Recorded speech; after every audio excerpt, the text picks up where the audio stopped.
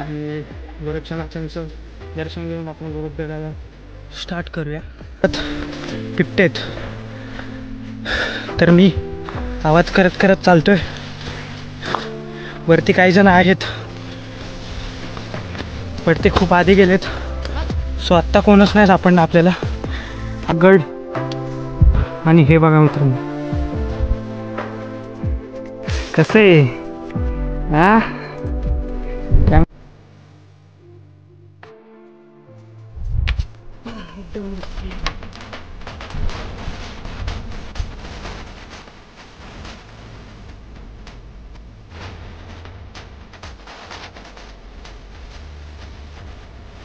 वरती जायचं आपल्याला.